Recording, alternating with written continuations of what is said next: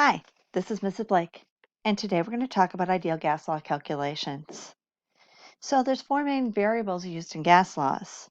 P is pressure, which is the amount of force per unit area. Pressure can have units of atmospheres and kilopascals, millimeters of mercury, or torr.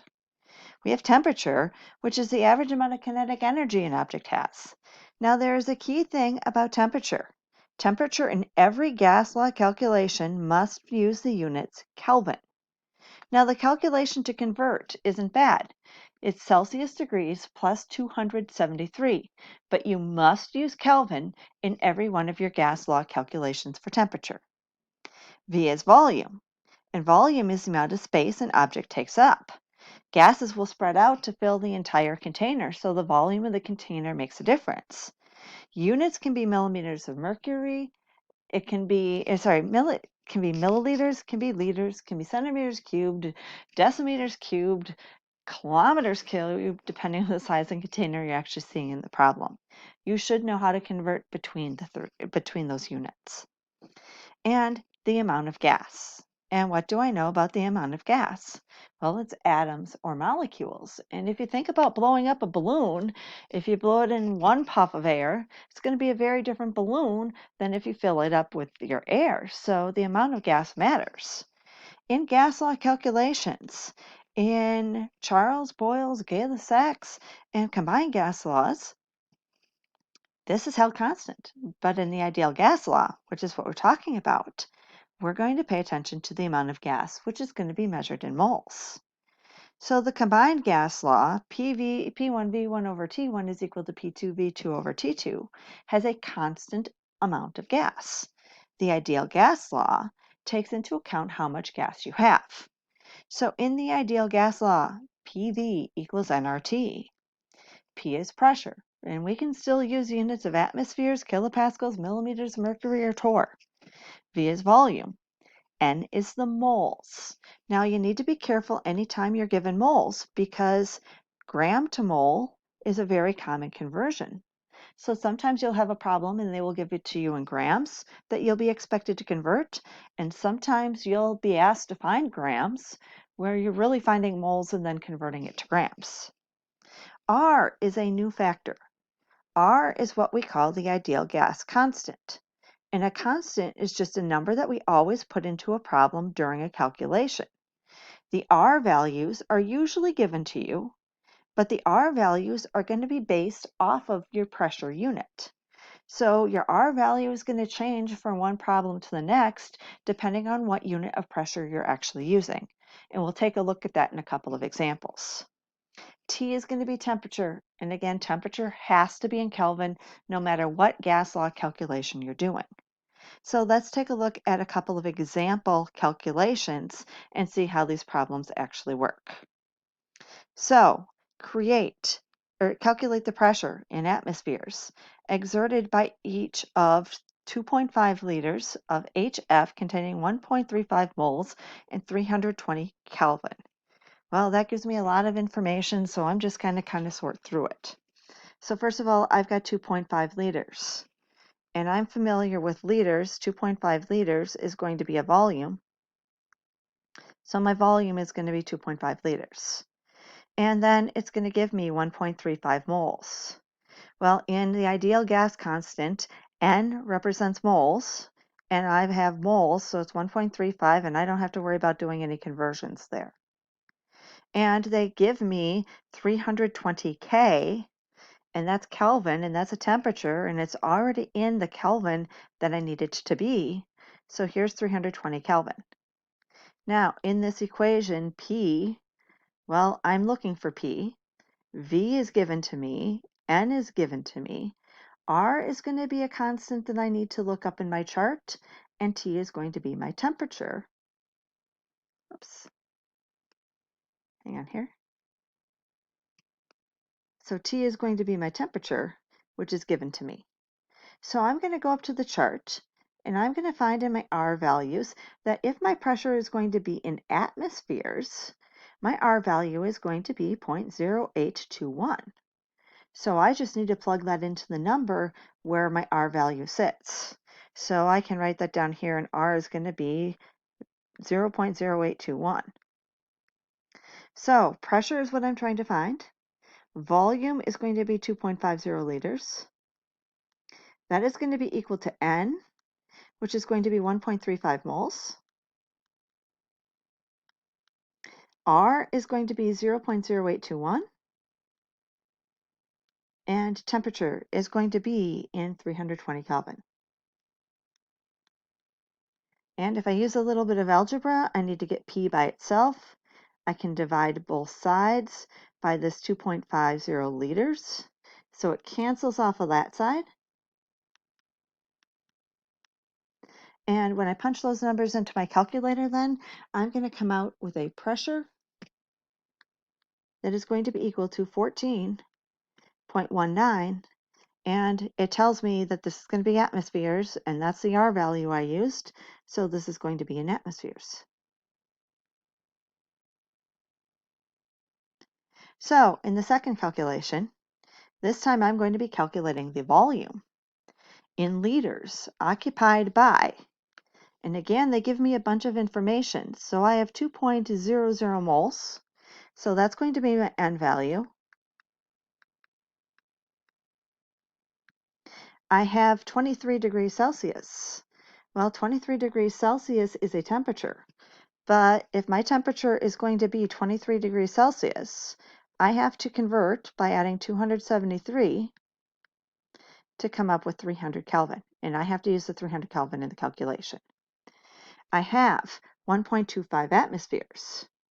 And atmospheres is a unit for pressure, so that I know that my pressure unit is going to be 1.25. And that atmospheres is what's going to give me my R value. So R is going to be a constant that I just plug into my problem, but it's based off of my pressure units. So if my pressure is atmospheres, I'm still going to use this 0.0821.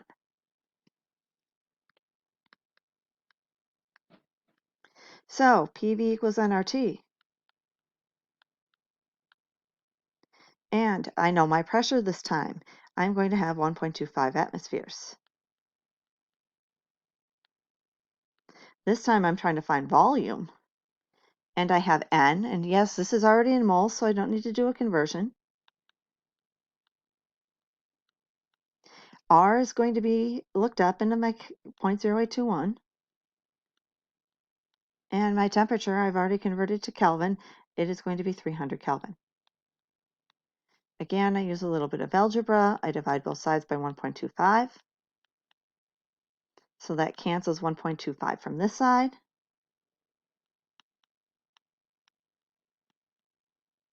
And I am going to punch these numbers into my calculator, and I am going to come out with a volume that is going to be 39.4. Now it says in liters, but this would automatically come out to be liters. So I'm okay with my answer. Problem number 3 has me take a look to find the number of moles.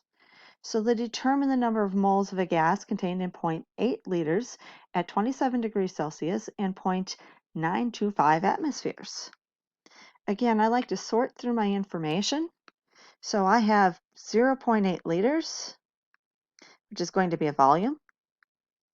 I have 27 degrees Celsius, which is going to be a temperature. And again, 27 degrees Celsius, I have to add the 273 to get it to be Kelvin. And I am going to come out with 300 Kelvin. I have a pressure of 0.925. So 0.925, and you really need to be familiar with what these units mean. So ATM is going to be a pressure.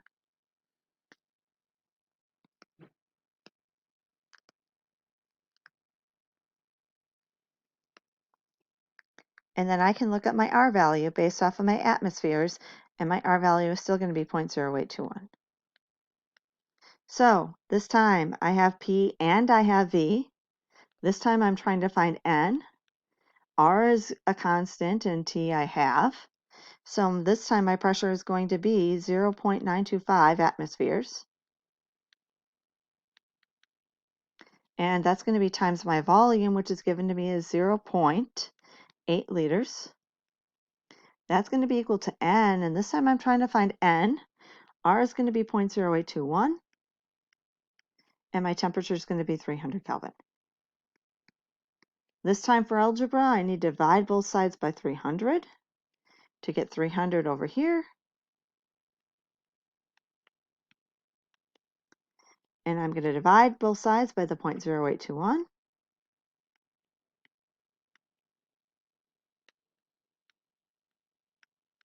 And I punch those numbers into my calculator, and I'm going to come out with the number of moles equal to 0.030.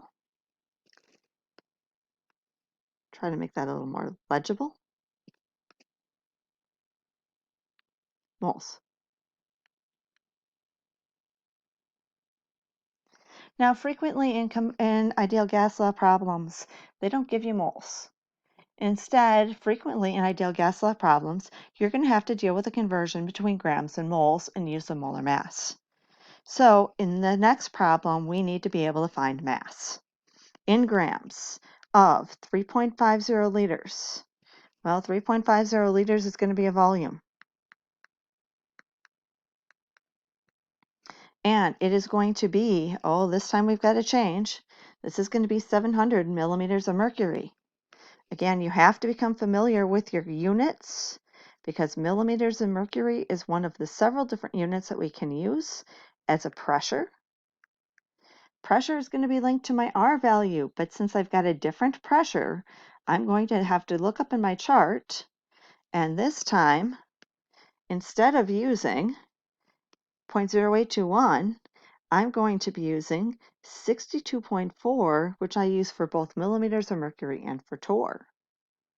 So in this calculation, my R value is going to be 62.4. And my temperature, and again, it's 27 degrees Celsius, which I add 273, and it's going to be 300. And I've kept this as a pretty constant temperature simply because it makes my calculations a little easier for this.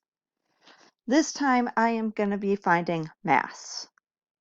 But wait, ideal gas law doesn't give me mass. So it's going to add an extra step in my calculation. P is pressure, V is volume, N is moles, and I can certainly solve for moles in this equation, but then I need to use a molar mass to turn it into grams. So R is going to be the constant and T is going to be temperature. So the only thing missing in this equation is N, and moles can be used to convert to grams.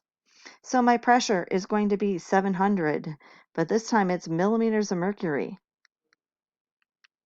I have a volume, which is going to be equal to 3.50 liters. I still don't have N, which is what I'm solving for.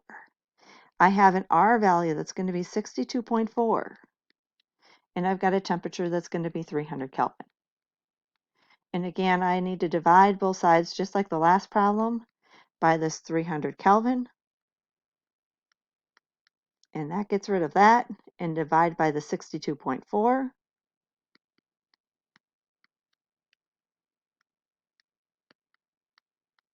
And I'm going to punch those numbers into my calculator, but I'm not done. N, which is my number of moles, is going to come out to be 0.131 moles. To solve the problem then, I need to take one more step because I need to turn this moles into grams, and I'm going to do that using the molar mass. So the problem tells me that this is going to be NH3. Well, nitrogen has a mass of 14.01 and hydrogen is 1.01, and I'm going to add those pieces up, and I am going to come up with 17.04. Well, moles is going to go on the bottom so it can cancel out, and the molar mass says in 1 mole of anything, there's going to be 17.04 grams. And so I'm going to cancel out moles, and I'm going to multiply this out, and I'm going to come out with 2.23 grams of NH3. So in solving ideal gas law calculations, really important to pay unit aware. Make sure you're checking those units. Make sure you're taking a look at the R values. Thanks for watching, guys.